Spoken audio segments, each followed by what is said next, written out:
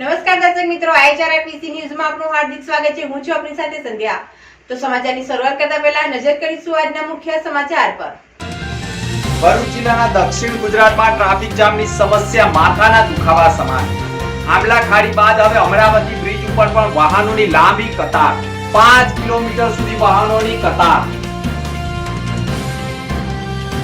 ભરૂચ જિલ્લાના આમોદ તાલુકામાં દિલ્હી મુંબઈ એક્સપ્રેસવે ઉપર ગંભીર પ્રકારનો અકસ્માત, ટ્રિપલ વાહન અકસ્માતમાં 2 ના મોત। બોલેરો પિકઅપમાં ભરેલી શાકભાજી રોડ ઉપર જોવા મળી। ભરૂચમાં વલ્લભ યુથ ઓર્ગેનાઇઝેશન દ્વારા 200 કિલો ફૂલોથી હોલી રસિયા મહોત્સવની ઉજવણી કરાઈ। મોટી સંખ્યામાં વૈષ્ણવ સમાજના લોકો જોડાયા। જગયાના રાણીપુરા ઉચેડિયા ગામમાં ફ્લાઇંગ સ્ક્વોડ દ્વારા દરોડા પાડ્યા। 11 ડમ્પરો સહિતના વાહનો જપ્ત કર્યા। મનસુખલાલના પત્રનું નાટક આખરે રંગ લાવી અધિકારીઓએ કાર્યવાહી શરૂ કરી। અંકલેશ્વરમાં NDPS hazard waste transportation prohibition excise પર પોલીસ દ્વારા જાગૃતિ સેમિનાર યોજાયો હતો। અંકલેશ્વર એઆઈએ કોન્ફરન્સ હોલ ખાતે જિલ્લા તમામ ઉદ્યોગ મંડળના સભ્યો અને ઉદ્યોગકારોને પોલીસ વડા દ્વારા માર્ગદર્શન અપાયું હતું। અલગ અલગ વિષય ઉપર તજજ્ઞો દ્વારા માર્ગદર્શન અપાયું હતું।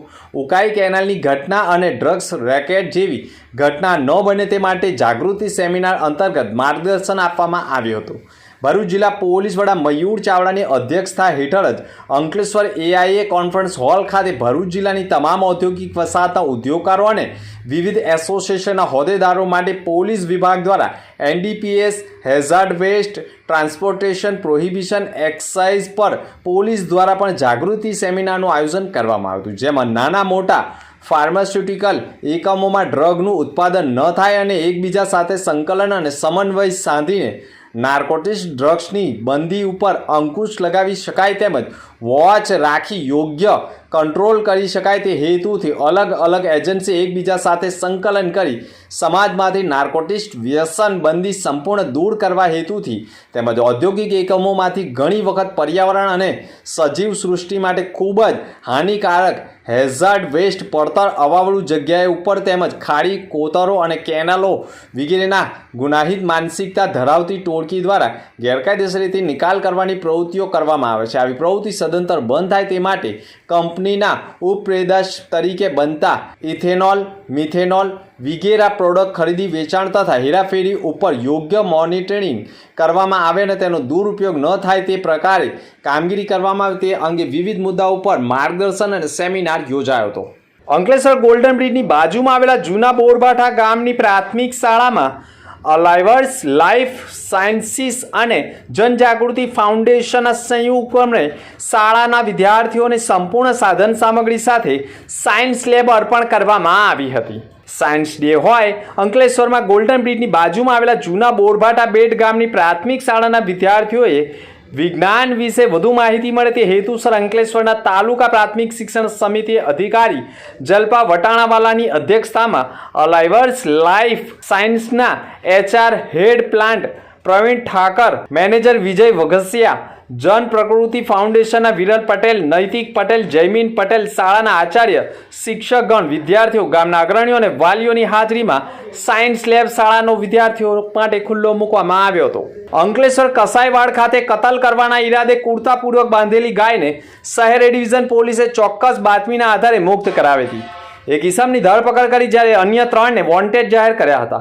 પોલીસે ગાય મુક્ત કરાવી ટેમ્પો અને મોબાઈલ મળી 60,000નો મુદ્દામાલ જપ્ત કર્યો છે।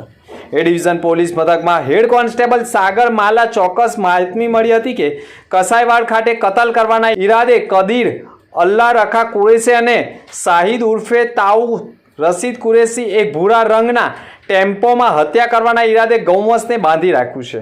જે માહિતીના આધારે દરોડા પાડતા પોલીસે સ્થળ ઉપરથી ટેમ્પોમાં કુર્તાપૂર્વક બાંધેલી ગાય મળી આવી હતી। તો સ્થળ ઉપરથી અતિક અહેમદ કુરેશી રંગે હાથ ઝડપાઈ ગયો હતો। પોલીસે સ્થળ ઉપરથી 3 વ્હીલ ટેમ્પો કિંમત ₹40,000, એક મોબાઈલ કિંમત ₹10,000 અને એક ગાય મળી 10,000 મળી અંદાજે 60,000નો મુદ્દામાલ જપ્ત કરી કાયદેસરની કાર્યવાહી કરી છે। વિજ્ઞાન અને ટેકનોલોજીના અભ્યાસમાં વિદ્યાર્થીનીઓના જ્ઞાન અને કૌશલ્ય વધારવા માટે ભરૂચ મનુબર રોડ પર આવેલ વીસીટી શૈક્ષણિક કન્યા સંકુલના પટાંગણમાં શાળાના ગુજરાતી અને અંગ્રેજી માધ્યમના વિજ્ઞાન વિષય ભણતા શિક્ષિકા બહેનોના માર્ગદર્શન હેઠળ શાળાની ધોરણ 4 થી 8ની વિદ્યાર્થીનીઓ અને વિદ્યાર્થીઓ દ્વારા વિજ્ઞાન પ્રદર્શનનું આયોજન કરવામાં આવ્યું હતું, જેમાં વિદ્યાર્થીનીઓના વિવિધ જૂથ દ્વારા શિક્ષણના ભાગરૂપે solar system, waste water treatment, acid rain, waste fruit management તેમજ વાતાવરણ અને તેના આવરણનો વગેરે જેવા મુદ્દાઓ પર પ્રોજેક્ટ તૈયાર કરવામાં આવ્યા હતા. આ કાર્યક્રમમાં પ્રમુખ પદે જેપી આર્ટ્સ એન્ડ સાયન્સ કોલેજના નિવૃત્ત પ્રોફેસર અને રસાયણશાસ્ત્ર વિભાગના એચઓડી ડોક્ટર મુજીબુર રહેમાન પ્યારે સાહેબ પીરઝાદા ઉપસ્થિત રહી કાર્યક્રમની શોભા વધારી હતી. આ પ્રદર્શનમાં વિજ્ઞાનની વિવિધ કૃતિઓ નિહાળતા તેઓએ પોતાના વક્તવ્યમાં શાળાના ભૂલકાઓની મહેનતને બિરદાવતા કહ્યું હતું કે વિજ્ઞાન વિષયમાં વીસીટીની વિદ્યાર્થીનીઓની સમજ, શક્તિ અને મહેનત તેઓના ભવિષ્યમાં પ્રગતિના પંથે ખૂબ આગળ લઈ જશે. આ સાથે તેઓ દ્વારા શાળાની ધોરણ 11 વિજ્ઞાન પ્રવાહની વિદ્યાર્થીનીઓ માટે સાયન્સ ક્ષેત્રે ઉચ્ચ કારકિર્દી ઘડવા માટે ઉપયોગી પ્રેરણાદાયક પ્રવચન પૂરું પાડવામાં આવ્યું હતું. વિદ્યાર્થીનીઓએ રજૂ કરેલા વિવિધ પ્રોજેક્ટ રસપ્રદ, આકર્ષક અને સર્જનાત્મક હતા. આ પ્રદર્શનમાં વિદ્યાર્થીનીઓએ પોતાની કૃતિઓ રજૂ કરતા સ્પષ્ટ શબ્દો અને અનોખી શૈલીથી કરી હતી. શાળાની અંગ્રેજી અને ગુજરાતી પ્રાથમિક વિભાગ, માધ્યમિક અને ઉચ્ચતર માધ્યમિક વિભાગની તમામ વિદ્યાર્થીનીઓ દ્વારા તેમજ સ્ટાફગણે આનંદપૂર્વક પ્રદર્શન નિહાળી પોતાના જ્ઞાનમાં વધારો કર્યો હતો. શાળા સંકુલના સીઈઓ માનનીય નુસરત જહાબે પણ પ્રદર્શન નિહાળ્યા બાદ વિદ્યાર્થીનીઓમાં રહેલી સુસુપ્ત શક્તિઓ તેમજ વિચાર શક્તિ બિરદાવતા વિદ્યાર્થીનીઓ તેમજ શિક્ષકગણને પણ અભિનંદન પાઠવ્યા હતા. ભરૂચમાં જેપી કોલેજ ખાતે વલ્લભ યુથ ઓર્ગેનાઇઝેશન દ્વારા હોલી રસિયા મહોત્સવનું આયોજન કરવામાં આવ્યું હતું. વૈષ્ણવાચાર્ય 108 વ્રજરાજકુમારના સાનિધ્યમાં ફૂલફાંગ ઉત્સવ અને કૃષ્ણલીલા રસિયાનું આયોજન કરવામાં આવ્યું હતું, જેમાં મોટી સંખ્યામાં વૈષ્ણવ સમાજના ભાવિક ભક્તો જોડાયા હતા. ગુજરાતમાં રાજ્યમાં અલગ અલગ જિલ્લાઓમાં વલ્લભ યુથ ઓર્ગેનાઇઝેશન દ્વારા હોલી રસિયા મહોત્સવનું આયોજન કરવામાં આવે છે, જેના ભાગરૂપે ભરૂચ ખાતે પણ 27મી ફેબ્રુઆરીના રોજ સાંજના જેપી કોલેજના ગ્રાઉન્ડમાં પણ વૈષ્ણવાચાર્ય 108 વ્રજરાજકુમાર મહોદય સાનિધ્યમાં ફૂલફાંગ ઉત્સવ અને કૃષ્ણલીલા આધારિત રસિયાઓનું પણ પ્રસ્તુતિકરણ કરાયું હતું. અને આ મહોત્સવ દરમિયાન વૈષ્ણવ ભક્તોએ પણ ભક્તિસભર અને ગીતો અને નૃત્યો દ્વારા પુષ્ટિમાર્ગીય પરંપરાનો મહત્વપૂર્ણ ભાગરૂપે શ્રી કૃષ્ણ સાથેની હોળીની ઉજવણી કરી હતી. હોલી રસિયા મહોત્સવ કાર્યક્રમમાં વૈષ્ણવ ભક્તો ભક્તિ અને આનંદથી ભરપૂર થઈને ફૂલોની હોળી પણ રમીને આનંદિત થઈ ઉઠ્યા હતા, જેના કારણે સમગ્ર વાતાવરણમાં ભક્તિમય બન્યું હતું. કાર્યક્રમમાં વૈષ્ણવાચાર્ય 108 વ્રજરાજકુમાર મહોદયે પણ લોકોને આશીર્વચન આપ્યા હતા. આ સમગ્ર હોલી રસિયા મહોત્સવમાં VYOના પ્રમુખના સહિતના સભ્યોએ ભારે જહેમત ઉઠાવી હતી. કાર્યક્રમને સફળ બનાવ્યો હતો અને મોટી સંખ્યામાં વૈષ્ણવ સમાજના લોકો જોડાયા હતા. અંકલેશ્વરમાં આમલા ખાડી બાદ હવે અમરાવતી બ્રિજ ટ્રાફિક જંકશન બની રહ્યો છે. સાંકડા બ્રિજને લઈ બ્રિજ પર કરવા માટે રોજબરોજ લાગતી 2 થી 2.5 કિલોમીટર વાહનોની લાગેલી કતારથી નેશનલ હાઈવે ઓથોરિટી દ્વારા અહીં એપ્રોચ રોડ બનાવવાની કામગીરી ચાલી રહી છે. નજીકમાં સહયોગ હોટલ યુટર્ન બંધ હોવાથી અન્ય વાહનો ટર્ન લેવા માટે પણ ધસારો જોવા મળે છે.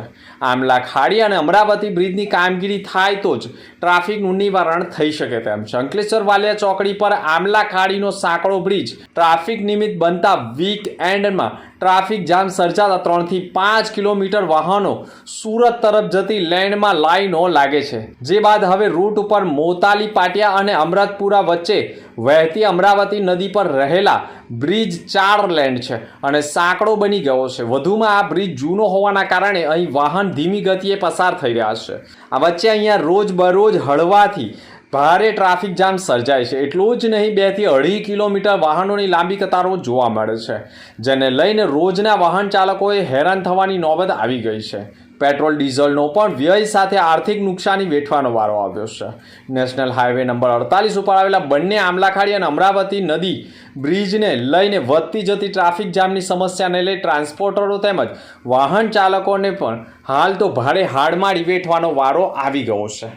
ભરૂચ હોલ ખાતે કરવામાં આવી, જેમાં વિપક્ષના નેતા શમશાદ અલી, સૈયદ જુલ્ફિકાર અલી, સૈયદ સામાજિક આગેવાન અબ્દુલ કામઠી, શોએબ સુઝનીવાલા, સૈયદ જૈનુદ્દીન હાજર રહ્યા હતા અને શાળાના સંચાલકો સમીરભાઈ અને કસીમબેન આવનારા મહેમાનોનું સ્વાગત કરી ફૂલો અને બુકે આપી સ્વાગત કર્યું હતું.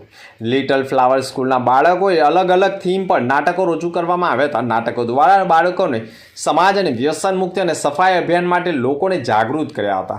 પ્રોગ્રામની શરૂઆત રાષ્ટ્રગીતથી કરવામાં આવી હતી. સમગ્ર કાર્યક્રમનું આયોજન શોએબભાઈ સુજનીવાલાએ સંભાળ્યું હતું અને શાળાના સંચાલક કશિશબેન અને સમીરભાઈને આવનાર મહેમાનોનો આભાર પણ માન્યો હતો.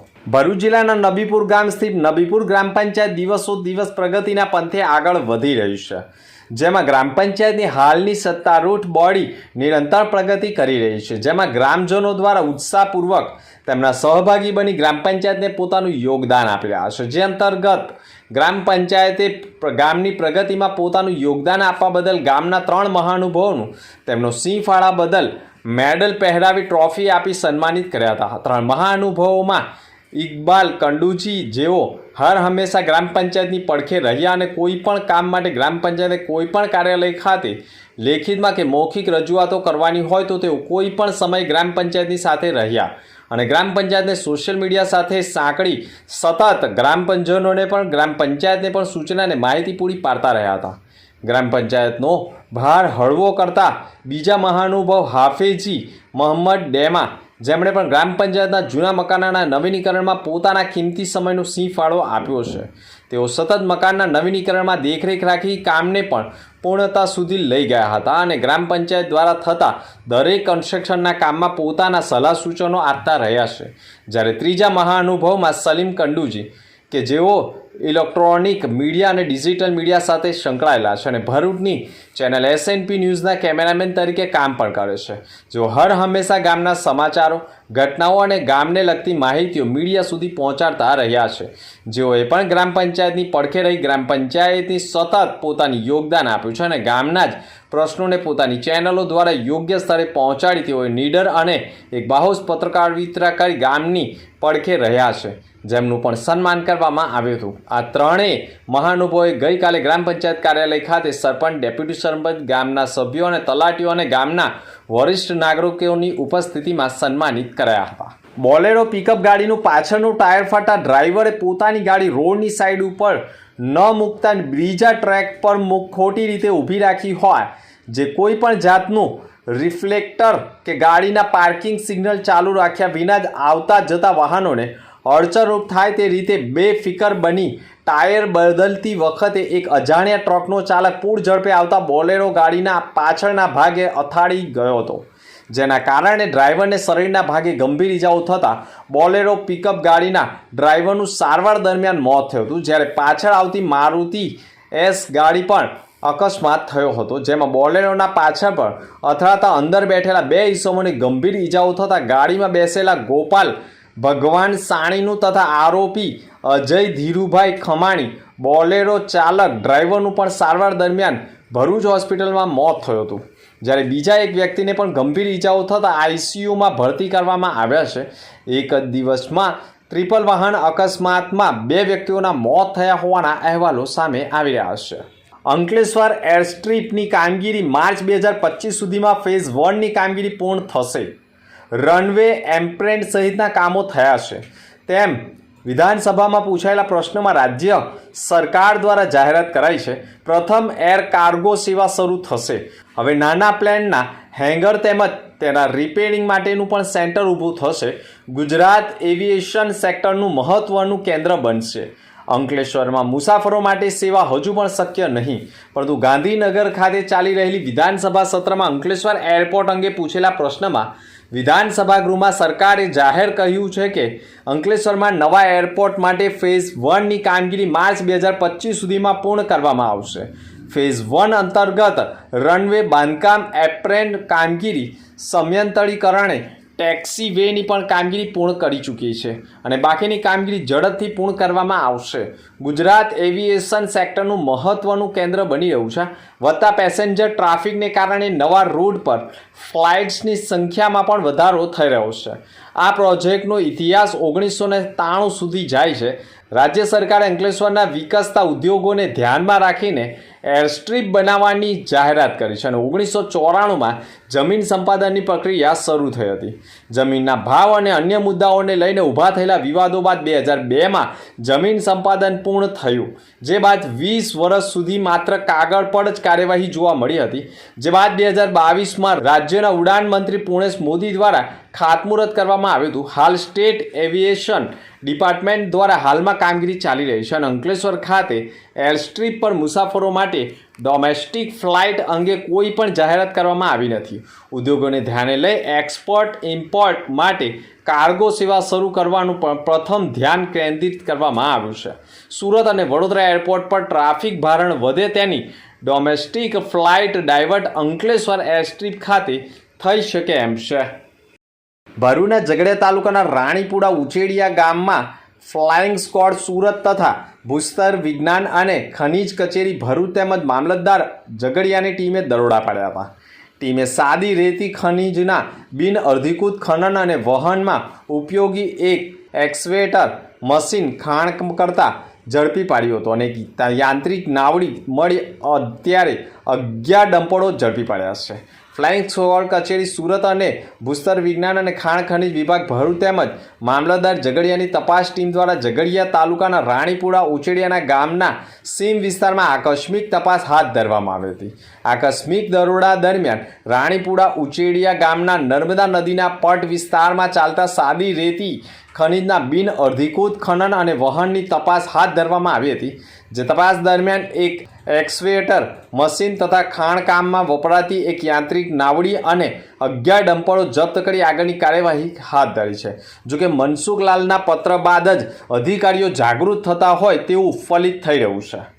અંતમાં ફરી એક નજર આજના મુખ્ય સમાચાર પર. ભરૂચ જિલ્લાના દક્ષિણ ગુજરાતમાં ટ્રાફિક જામની સમસ્યા માથાના દુખાવા સમાન.